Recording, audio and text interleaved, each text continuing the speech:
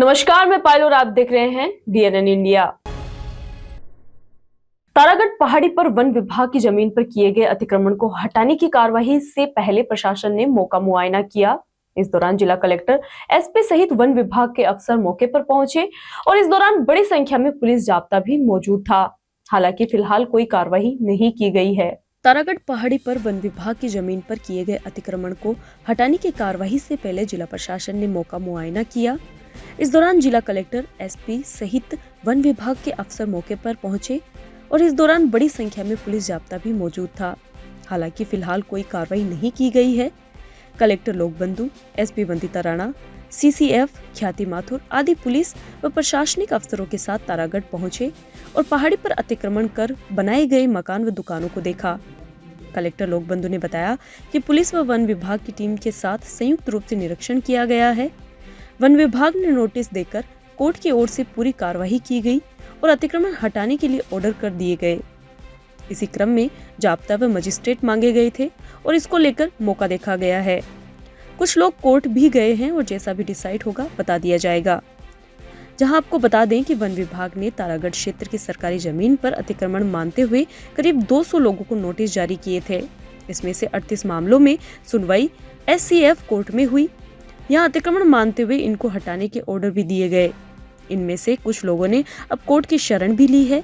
यहाँ प्रशासन को अतिक्रमण हटाने और उसी को लेकर आज मौका निरीक्षण किया गया। आज डिस्ट्रिक्ट एडमिनिस्ट्रेशन, पुलिस और फॉरेस्ट डिपार्टमेंट की ज्वाइंट टीम्स ने ये पूरा एरिया देखा है और जैसा फॉरेस्ट ने कुछ नोटिस देके कोर्ट में पूरी कार्रवाई करके जैसा एविक्शन के, डिमोलिशन के नोटिस फाइनल ऑर्डर कर दिए, उसी के क्रम में जाब्ता और मजिस्ट्रेट मांगे गए थे। उसके लिए हमने असेसमेंट करने के लिए आज ज्वाइंटली देखा। CCF मैडम भी थी, मैं और SP साहब और सभी संबंधित अधिकारी। देखिए, अभी कुछ लोग कोर्ट भी गए, तो जैसा भी डिसाइड होगा आपको बता देंगे। अजमेर के राजकीय सैटेलाइट चिकित्सालय कोटड़ा का विधानसभा अध्यक्ष वासुदेव देवनानी ने विधिवत उद्घाटन किया। यह अस्पताल 2 सालों तक अस्थायी रूप से जनजाति बालिका छात्रावास में संचालित होगा। उद्घाटन कार्यक्रम में CMHO डॉक्टर ज्योत्सना रंगा, अजमेर शहर जिला अध्यक्ष रमेश सोनी समेत चिकित्सा विभाग के कई वरिष्ठ अधिकारी व जनप्रतिनिधि मौजूद रहे। अजमेर के राजकीय सैटेलाइट चिकित्सालय कोटड़ा का विधानसभा अध्यक्ष वासुदेव देवनानी ने विधिवत उद्घाटन किया। यह अस्पताल 2 सालों तक अस्थायी रूप से जनजाति बालिका छात्रावास में संचालित किया जा रहा है। उद्घाटन कार्यक्रम में CMHO डॉक्टर ज्योत्सना रंगा, अजमेर शहर जिला अध्यक्ष रमेश सोनी समेत चिकित्सा विभाग के कई वरिष्ठ अधिकारी व जनप्रतिनिधि मौजूद रहे। भगवान की प्रतिमा के समक्ष दीप प्रज्वलित कर विधिवत रूप से अस्पताल का शुभारंभ किया गया। मीडिया से बातचीत के दौरान देवनानी ने कार्यक्रम की जानकारी दी और बताया कि प्रदेश के मुख्यमंत्री द्वारा की गई सैटेलाइट हॉस्पिटल की घोषणा आज धरातल पर उतरी है। इसके लिए 29 करोड़ की वित्तीय राशि भी स्वीकृत हो चुकी है। अस्पताल के निर्माण में देरी को देखते हुए अस्पताल 2 सालों तक अस्थायी रूप से जनजातीय बालिका छात्रावास में संचालित किया जा रहा है। आज से अस्पताल विधिवत शुरू हो गया है। अस्पताल में OPD की व्यवस्थाओं के साथ ही महिलाओं के पूर्व व बाद के प्रसव के लिए भी सारी व्यवस्थाएं अस्पताल में उपलब्ध होगी। जांचें और आपातकालीन सुविधाएं भी उपलब्ध होगी। अस्पताल में सर्जरी की व्यवस्थाएं भी जल्द ही शुरू कर दी जाएगी और आने वाले समय में क्षेत्रवासियों के लिए अस्पताल की सुविधाएं 24 घंटे उपलब्ध रहेगी। यह अस्पताल अजमेर इतिहास में मील का पत्थर साबित होने वाला है।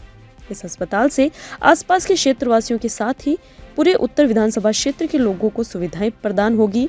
अजमेर में चिकित्सा सुविधाएं अपनी नई व्यवस्थाओं में आगे बढ़ती जा रही है। अजमेर आने वाले समय में मेडिकल हब बनने जा रहा है, जिसके लिए सब प्रयत्नशील हैं। आज राजस्थान सरकार के मुख्यमंत्री माननीय भजनलाल जी ने जो अजमेर में सैटेलाइट हॉस्पिटल की घोषणा की थी, वो आज धरातल पर उतरी है।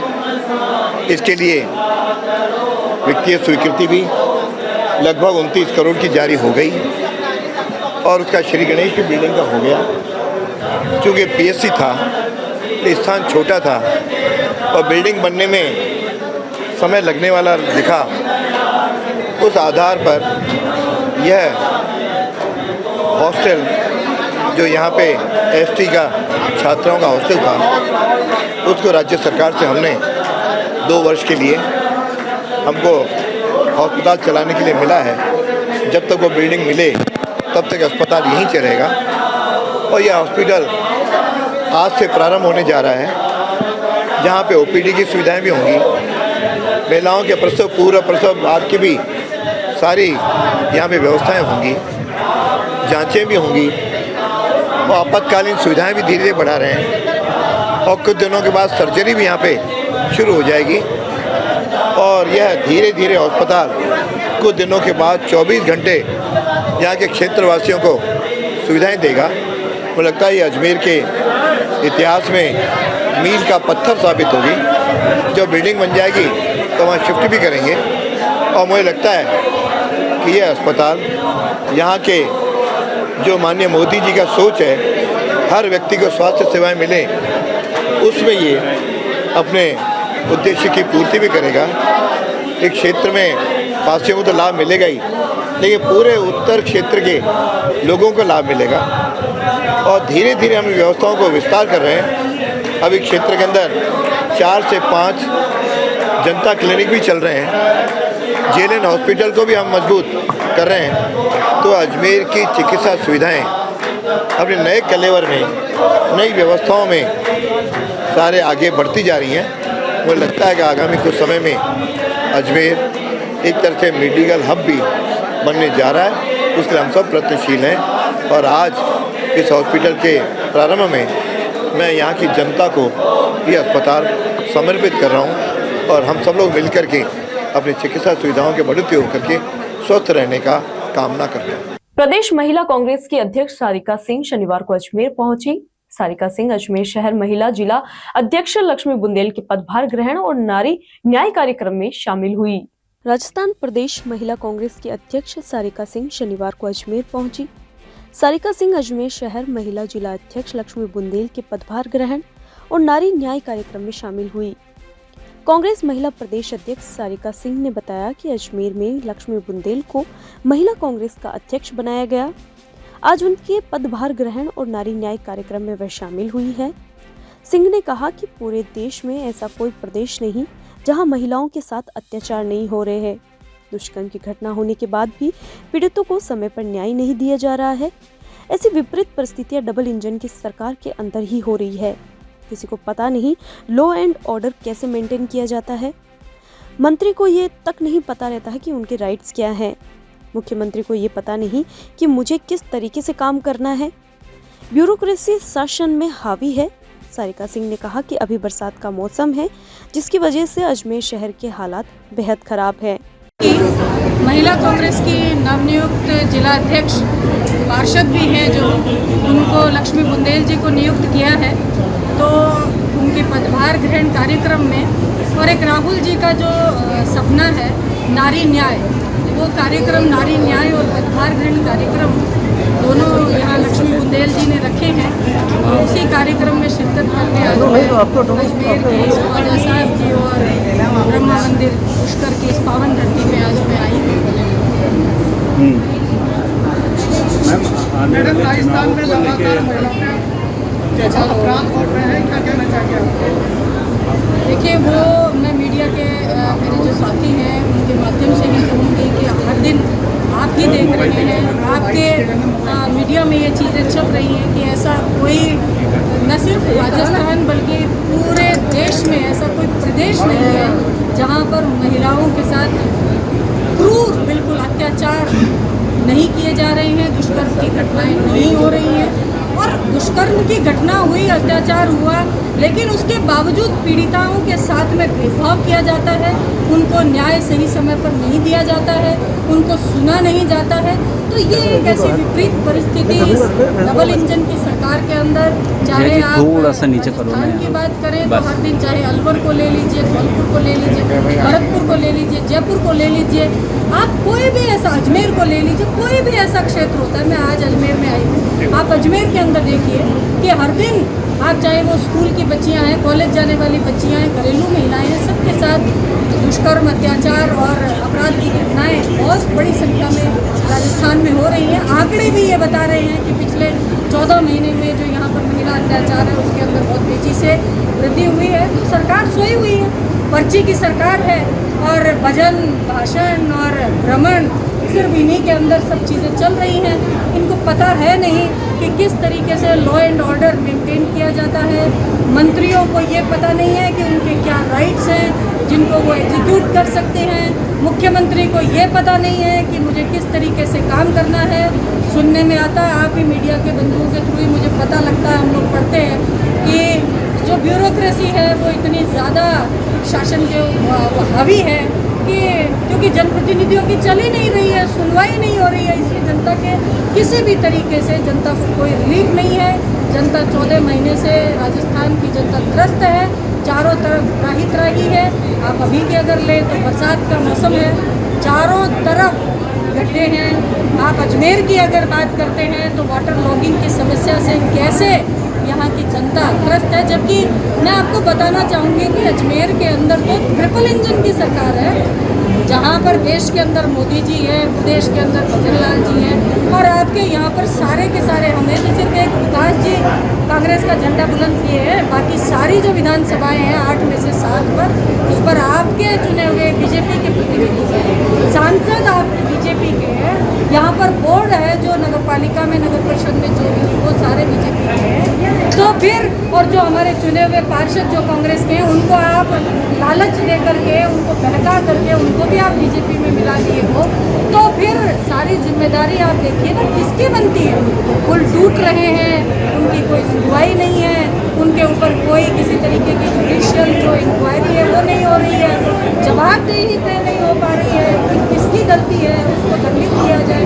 तो कुल मिलाकर के राजस्थान के अंदर जनता त्राही त्राही कर रही है।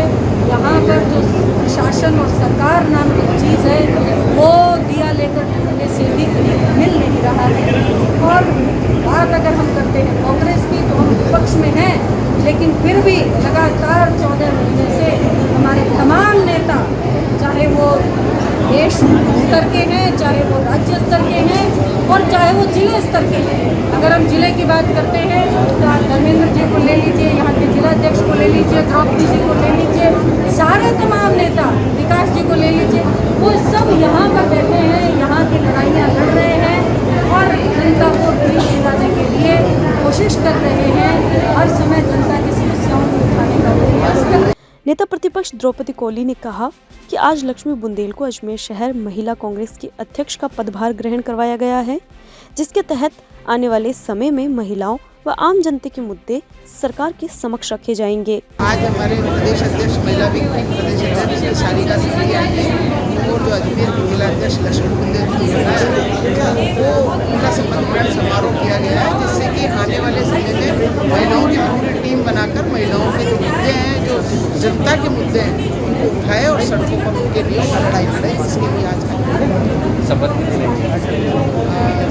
कार्यक्रम में सभी का जो हमारे कांग्रेस के बड़े पदाधिकारी गण हैं, वरिष्ठ कांग्रेस जन हैं और हमारे मंडल के और ब्लॉक के और महिला कांग्रेस की पूरी टीम यहाँ पर उनकी शपथ ग्रहण समारोह आई है। कार्यक्रम में नगर निगम नेता प्रतिपक्ष द्रौपदी कोली, किशनगढ़ विधायक विकास चौधरी, सरस डेयरी अध्यक्ष राम। यहाँ रुकते एक छोटे से ब्रेक के लिए, जल्द हाजिर होंगे खबरों की नए सफर के साथ। कैंसर बीमारी ही ऐसी है, चिंता तो होगी ना। लेकिन अब अपनी चिंता को बदलो विश्वास में, क्योंकि आदिनाथ कैंसर मेडिसिटी में है रेडियोथेरेपी, कीमोथेरेपी और कैंसर सर्जरी के उपचार के साथ आधुनिक सुविधाएं भी। विजिट करें आदिनाथ कैंसर मेडिसिटी एट चाची आवास Ajmer.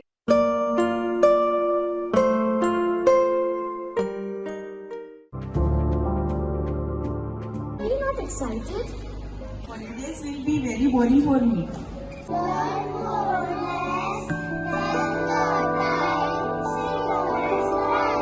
I opt for using black rice and sugar. This black rice has a very unique flavor.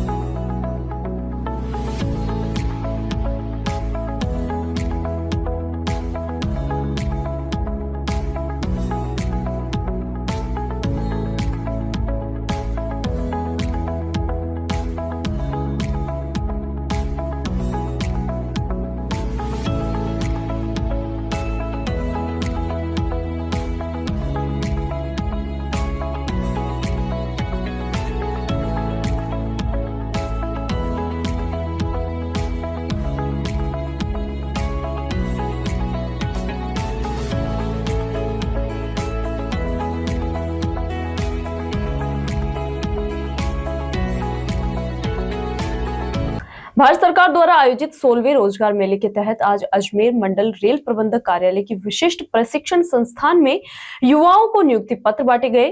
कार्यक्रम में प्रधानमंत्री नरेंद्र मोदी रोजगार वीडियो कॉन्फ्रेंसिंग के माध्यम से जुड़े। कार्यक्रम के तहत रेलवे समेत विभिन्न विभागों के कुल 118 अभ्यर्थियों को नियुक्ति पत्र वितरित किए गए। कार्यक्रम में केंद्रीय मंत्री भागीरथ चौधरी, विधानसभा अध्यक्ष वासुदेव देवनानी व जल संसाधन मंत्री सुरेश सिंह रावत समेत कई गणमान्य उपस्थित रहे। भारत सरकार द्वारा 16वें रोजगार मेले के तहत देश के युवाओं को रोजगार प्रदान किया गया, जिसके लिए प्रधानमंत्री नरेंद्र मोदी की ओर से आज देश के 51,000 से अधिक युवाओं को नियुक्ति पत्र बांटे गए। इसी के तहत आज अजमेर मंडल रेल प्रबंधक कार्यालय की विशिष्ट प्रशिक्षण संस्थान में कार्यक्रम आयोजित कर युवाओं को नियुक्ति पत्र बांटे। कार्यक्रम में प्रधानमंत्री नरेंद्र मोदी रोजगार मेले में वीडियो कॉन्फ्रेंसिंग के माध्यम से जुड़े। कार्यक्रम में रेलवे, शिक्षा विभाग, वित्त विभाग व गृह मंत्रालय के कुल 118 अभ्यर्थियों को नियुक्ति पत्र वितरित किए गए। कार्यक्रम में मुख्य अतिथि के तौर पर केंद्रीय राज्य मंत्री भागीरथ चौधरी, विधानसभा अध्यक्ष वासुदेव देवनानी व जल संसाधन मंत्री सुरेश सिंह रावत व पुष्कर विधायक उपस्थित रहे। केंद्र सरकार व विभिन्न विभागों के वरिष्ठ अधिकारीगण एवं कई जनप्रतिनिधियों ने भी अपनी उपस्थिति दर्ज करवाई। अतिथियों का माला व साफा पहनाकर स्वागत किया गया, साथ ही पौधे भेंट किए गए। अतिथियों व विशिष्ट अतिथियों ने नवनियुक्त युवाओं को नियुक्ति पत्र प्रदान किए। नवनियुक्त कर्मियों को कर्मयोगी प्रारंभ के माध्यम से स्वयं को प्रशिक्षित करने का अवसर भी मिलेगा, जो विभिन्न सरकारी विभागों में सभी नवनियुक्त कर्मियों के लिए एक ऑनलाइन उन्मुखीकरण पाठ्यक्रम है। केंद्रीय कृषि राज्य मंत्री भागीरथ चौधरी व जल संसाधन मंत्री सुरेश सिंह रावत ने पूरे कार्यक्रम की जानकारी देते हुए युवाओं के उज्जवल भविष्य की कामना की। पूरे देश भर में रोजगार मेले के माध्यम से ये जो 16वें ये जो चरण है उसके अंदर युवाओं को रोजगार मेले के माध्यम से नियुक्ति पत्र दिए गए हैं। जो प्रधानमंत्री जी ने आह्वान किया है कि जो इस देश को विकसित राष्ट्र बनाना है, उसमें जो ये युवा जिनको आज नियुक्ति पत्र दिए गए, इनकी महत्वपूर्ण भूमिका होगी, क्योंकि देश प्रथम है, राष्ट्र प्रथम है। इस भावना से हम सबको चलना है और ये कहा कि हमें जिनको भी नियुक्ति पत्र दिया उनको दायित्व को समझकर राष्ट्र को प्रथम रखकर और उनको करना है। और ये युवा जिनको आज नियुक्ति पत्र दिया गया, ये निर्णायक होंगे कि 2047 तक ये इस देश की सेवा के लिए इनको नियुक्ति पत्र मिला। और इसलिए प्रधानमंत्री जी ने आह्वान किया है कि हमारा युवा, जो युवाओं का देश है, वो यदि युवा आगे बढ़ेगा तो देश आगे बढ़ेगा। आज देश के यशस्वी प्रधानमंत्री नरेंद्र भाई मोदी जी के नेतृत्व में लगभग 51,000 से अधिक पूरे भारतवर्ष में हमारे युवाओं को भारत सरकार के द्वारा रोजगार दिया गया, नौकरियां दी गई। और सरकार का ये उद्देश्य है कि ज़्यादा से ज़्यादा लोगों को रोजगार मिले, चाहे वो सरकारी नौकरियां हो, चाहे हमारे युवाओं को आत्मस्वावलंबन बनाने का हो। भारत सरकार और राजस्थान सरकार की ऐसी बहुत सारी योजनाएं हैं जो हमारी माताएं बहनों को, हमारे युवाओं को, हमारे किसान भाइयों को, हमारे उद्यमियों को संबल प्रदान कर रही है। और भारत सरकार की भी ऐसी बहुत सारी योजनाएं हैं जिससे हमारे युवा लाभ उठा रहे हैं। मैं माननीय मोदी जी का हृदय से आभार प्रकट करता हूं। नियुक्ति पत्र जो है लगभग 118 अभ्यर्थियों को नियुक्ति पत्र दिए गए हैं। इसमें काफ़ी रेलवे के अलावा और भी अन्य विभाग हैं और टोटल जो पूरे देश में 51,000 लगभग 51,000 से ज़्यादा लोगों को नियुक्ति दी गई है और काफ़ी युवाओं को रोजगार के अवसर मिले हैं। मेरी बहुत बहुत शुभकामनाएं जिन लोगों को नियुक्ति दी गई है और हमारे परिवार में जो सदस्य आए हैं मैं उनका स्वागत करता हूं और उम्मीद करता हूं कि वो हमारे साथ राष्ट्र सेवा में। अजमेर दरगाह संपर्क सड़क पूरी तरह टूट फूट चुकी है। सड़क का निचला हिस्सा ढह चुका है, जो दुर्घटनाओं को न्योता देता दिखाई दे रहा है। सड़कों के आसपास गंदगी का अंबार लगा हुआ है, जिससे क्षेत्र में बदबू फैल रही है। इन्हीं सभी समस्याओं के चलते क्षेत्रवासियों ने प्रशासन से क्षेत्र में विकास कार्य करवाने की मांग की है। स्मार्ट सिटी अजमेर की दरगाह संपर्क सड़क पूरी तरह टूट चुकी है। सड़क का निचला हिस्सा ढह चुका है, जिससे सड़क क्षतिग्रस्त होने के साथ साथ जनहानि होने के भी आसार दिखाई दे रहे हैं। रास्ते में कचरे का ढेर जमा हुआ है, जिससे बारिश में चारों तरफ बदबू फैल रही है। राहगीरों का उस रास्ते से निकलना मुश्किल हो रहा है। साथ ही सड़क के आसपास की दीवारें जर्जर स्थिति में है। आवारा पशु भी क्षेत्र में खुलेआम घूम रहे हैं। क्षेत्रवासियों व राहगीरों के लिए दरगाह संपर्क सड़क से गुजरना खतरों से खाली नहीं है। सड़क के आसपास व्यवस्थित नालियों की कमी की वजह से पानी सीधा सड़कों पर आ रहा है। इन सब से क्षेत्रवासियों के साथ ही राहगीरों को भी खासा परेशानियों का सामना करना पड़ रहा है। क्षेत्रवासियों का कहना है कि मानसून की स्थिति में सड़क की हालत खराब ही रहती है। करीब 5-6 सालों से स्थिति जस की तस बनी हुई है। अजमेर जियारत करने आए जायरीनों समेत कई विदेशी नागरिक दुर्घटना का शिकार हो चुके हैं। कहा कि रास्ते से निकलते समय यही डर बना रहता है कि किसी तरह की कोई दुर्घटना न घटित हो जाए। प्रशासन को कई बार इस स्थिति से भी अवगत करवाया जा चुका है, बावजूद इसके कोई ठोस कार्रवाई नहीं हो रही। सिर्फ आधा अधूरा पेंचवर्क कार्य करवाया जाता है जो बारिश में टूट जाता है। इन सब से परेशान होकर जिला प्रशासन से इस ओर कार्रवाई करने की मांग की है। नागफनी रोड है, ये काफी सालों से खराब है, आज तक इसका काम नहीं हो रहा है। परेशान होते हैं, गाड़ियाँ लेके जाते हैं, गाड़ियाँ गिर जाती है, आए दिन का नुकसान होता है, एक्सीडेंट हो जा रहा है, हर जगह परेशान हो रहे हैं। आगे पप्पू भाई टाल वाले थे, पहले वो बनवाते थे, अभी वो उनका इंतकाल हो गया तो कोई ध्यान नहीं दे रहा इस रोड पर। अब हम परेशान हैं, इस रोड का कुछ विकास करो, सही करो रोड, कि हमारे एक्सीडेंट नहीं हुए। बच्चे के एक्सीडेंट आए दिन होते हैं, छोटी सी दुकान लेके बैठे, यहीं से सामान लाना ले जाना, परेशान होते हैं। यही कहना चाहती हूँ, बाकी आप सब समझदार हो, ये रोड का काम विकास कराओ। कितने साल हो गए? कम से कम भी 5-6 साल हो गए। रोड जन्नेश्वर मंदिर वाले उस दिन गिरेले बेचारे, जन्नेश्वर वाले भी यहाँ आते हैं तो वो भी बेचारे गिरे, एक्सीडेंट हुआ। दर्शन करने जाते हैं तो यहाँ गिरते पड़ते रहते हैं। आए दिन हम आने जाने वालों को हम बचाते, बेचारों को परेशान होते, गिरते, एक्सीडेंट होने से हाथ पाँव भी टूट रहे हैं। 2-4 दिन पहले वो लड़की उसका आदमी अभी अंग्रेज आए, अंग्रेज भी उस दिन गिरे बेचारे, ऐसे गिरे कि पूछो नहीं कि अंग्रेज के तो हाथ पाँव पूरे छिल गए। हाँ, पूरा कचरा भर रहा है यहाँ पर, सफाई बिल्कुल नहीं, सफाई वाले नहीं आता है। 10 दिन 15 दिन में एक बार आते हैं और सफाई नहीं होता है। पूरा रोड टूट रहे फूट रहे, इनको सही भी नहीं करते। हम ये चाहते हैं जो इनको सफाई करे और रोड सही करे। बरसात में पूरी खराब हो रहा है, पूरा रोड खराब हो रहा है, पूरा कचरा हो रहा है, चारों तरफ कचरा फैल रहा है, बाटे हो रहा है, सब चल रहा है। कोई सफाई वाले नहीं आते हैं यहाँ पर। 10 दिन 15 दिन में एक बार आते हैं सफाई वाले, और वो भी ढंग से सफाई नहीं करते, ऐसे ही चले जाते। श्रावण मास के आगमन के साथ ही धार्मिक नगरी पुष्कर पूरी तरह शिव भक्ति में डूब चुकी है। शहर के शिव मंदिरों में घंटों पूजा अर्चना, रुद्राभिषेक, सहस्त्र धारा और शिव अभिषेक के कार्यक्रम हो रहे हैं। पूरे माह में विशेष योग के बारे में ज्योतिषाचार्य पंडित कैलाशनाथ दादीश ने जानकारी दी। श्रावण मास के आगमन के साथ धार्मिक नगरी पुष्कर पूरी तरह शिव भक्ति में डूब चुकी है। तीर्थराज पुष्कर और आसपास के शिवालय शिव आराधना और धार्मिक आयोजनों से महक उठे हैं। शहर के शिव मंदिरों में घंटों पूजा अर्चना, रुद्राभिषेक, सहस्त्र धारा और शिव अभिषेक कार्यक्रम हो रहे हैं, जहां भक्तों ने व्रत रखकर भगवान भोलेनाथ का आशीर्वाद लिया। श्रावण मास में पूरे महीने भर तीर्थ नगरी में बोल बम और तड़क बम की गूंज सुनाई देगी।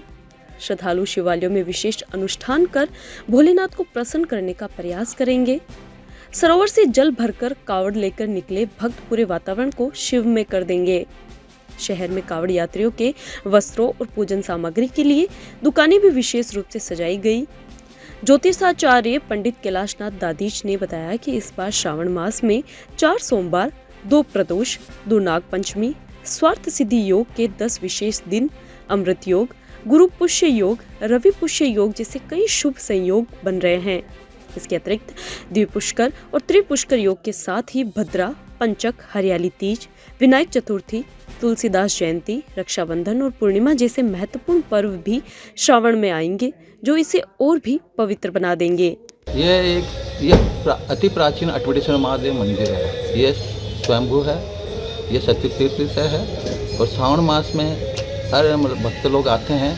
प्राचीन मंदिर होने के कारण आजू बाजू गांव के आते हैं, यहाँ पे सल्ला लोग पूजा अर्चना वगैरह करते हैं और हम लोग यहाँ पे अभिषेक करके हर रोज़ श्रावण मास में विशेष श्रृंगार अलग अलग रूप से करते हैं और जिसके मतलब भक्त लोग आते हैं, दर्शन करते हैं, अभिषेक वगैरह करवाते हैं और जिस प्रकार से ये अति प्राचीन अटवटेश्वर महादेव मंदिर है, जिसका इसको अटमटेश्वर रूप को भी कहा जाता है और इसको नगर सेठ के रूप में भी माना जाता है। खबरों के सफर में अभी सिर्फ इतना ही, फिर हाजिर होंगे खबरों की नए सफर के साथ। तब तक के लिए दीजिए इजाजत, नमस्कार।